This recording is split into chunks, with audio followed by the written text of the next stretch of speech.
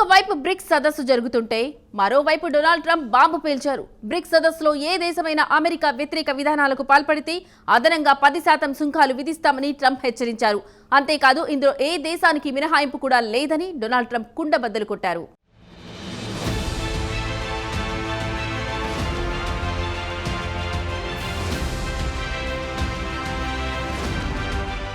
బ్రెజిల్లో 2 రోజుల పాటు జరిగిన బ్రిక్స్ 17వ శిఖరాగ్ర సదస్సు విజయవంతంగా ముగిసింది. ఈ నెల 6, 7 తేదీల్లో బ్రిక్స్ సదస్సు జరిగింది. కాగా తాజా బ్రిక్స్ సదస్సులో భారత ప్రధాని నరేంద్ర మోడీ సెంటర్ ఆఫ్ అట్రాక్షన్గా మారారు. ప్రస్తుత అవసరాలకు తగ్గట్లు ఐక్యరాజ్యసమితి భద్రతా మండలి వంటి కీలక సంస్థలను సంస్కరించాల్సిన సమయం వచ్చిందన్నారు ప్రధాని నరేంద్ర మోడీ. అంతేకాదు అనేక అంతర్జాతీయ సంస్థల్లో గ్లోబల్ సౌత్కు తగిన ప్రాతినిధ్యం లభించడం లేదని ఆయన ఆవేదన వ్యక్తం చేశారు. అభివృద్ధి చెందిన దేశాల డబుల్ స్టాండర్డ్స్ కారణంగానే ఇది జరుగుతోందని ఆయన మండిపడ్డారు. దీనివల్ల గ్లోబల్ సౌత్కు అనేక సంవత్సరాలుగా తీరని అన్యాయం జరుగుతోందని నరేంద్ర మోడీ వెల్లడించారు. విధానాల రూపకల్పనలో అన్ని అంతర్జాతీయ సంస్థలు గ్లోబల్ సౌత్ దేశాల సవాళ్లకు ప్రాతినిధ్యం కల్పించాలని నరేంద్ర మోడీ కోరారు.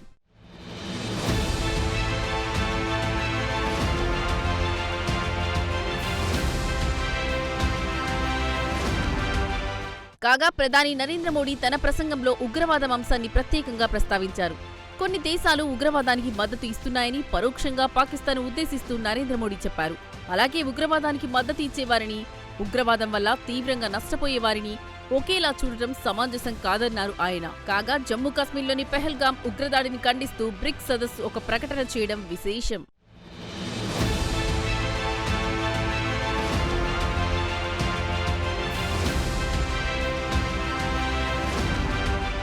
ఇదిలా ఉంటే బ్రిక్స్ సదస్సులో ఏ దేశమైనా అమెరికా వ్యతిరేక విధానాలకు పాల్పడితే అదనంగా 10% సుంకాలు విధిస్తామని ట్రంప్ హెచ్చరించారు. అంతేకాదు ఇందులో ఏ దేశానికి మినహాయింపు కూడా లేదని డొనాల్డ్ ట్రంప్ కుండబద్దలు కొట్టారు. బ్రిక్స్ సదస్సులో అమెరికా అధ్యక్షుడు డొనాల్డ్ ట్రంప్ విధిస్తున్న సుంకాల విషయాన్ని పలువురు దేశాధినేతలు ప్రస్తావించారు. ఈ నేపథ్యంలో అమెరికా వ్యతిరేక లైన్ తీసుకుంటే అదనంగా 10% సుంకాలు విధిస్తామంటూ డొనాల్డ్ ట్రంప్ వార్నింగ్ ఇచ్చారు. అయితే డొనాల్డ్ ట్రంప్ ప్రకటనపై చైనా స్పందించింది. అమెరికాతో ఘర్షణను బ్రిక్స్ కూటమి సభ్య దేశాలు కోరుకోవడం లేదని చైనా క్లారిటీ ఇచ్చింది.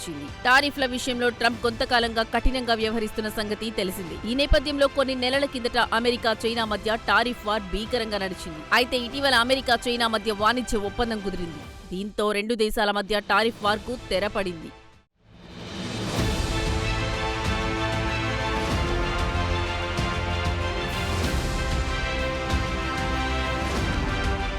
కాగా బ్రిక్స్ 17వ శిఖరాగ్ర సదస్సుకు చైనా, రష్యా, ఇరాన్, ఈజిప్టు అధ్యక్షులు హాజరు కాలేదు.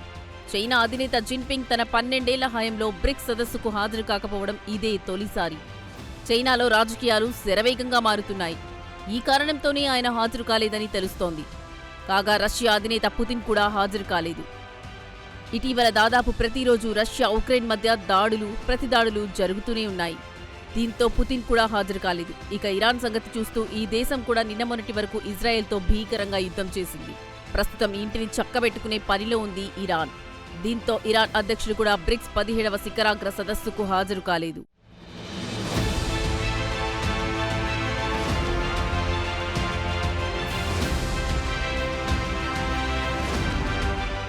బ్రిక్స్ ఒక అంతర్జాతీయ కూటమి. 2009 జూన్ 16న రష్యాలో బ్రిక్స్ కూటమి మొట్టమొదటి అధికారిక శిఖరాగ్ర సదస్సు జరిగింది.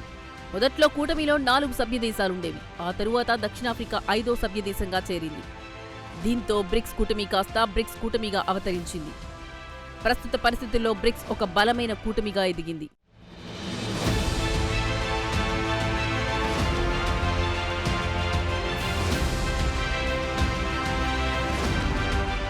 మారుతున్న ప్రపంచ పరిస్థితుల్లో ఏ దేశమైనా వేగవంతమైన ఆర్థిక వృద్ధిని కొనసాగించడం అవసరం. దీనికోసం విభిన్న అంతర్జాతీయ సంస్థలతో కలిసి పయనించాల్సిందే. ప్రపంచవ్యాప్తంగా అన్ని దేశాలతో సంబంధాలు సుస్థిరంగా కొనసాగితేనే దేశీయంగా అభివృద్ధి సాధ్యమంటున్నారు అంతర్జాతీయ వ్యవహారాల నిపుణులు.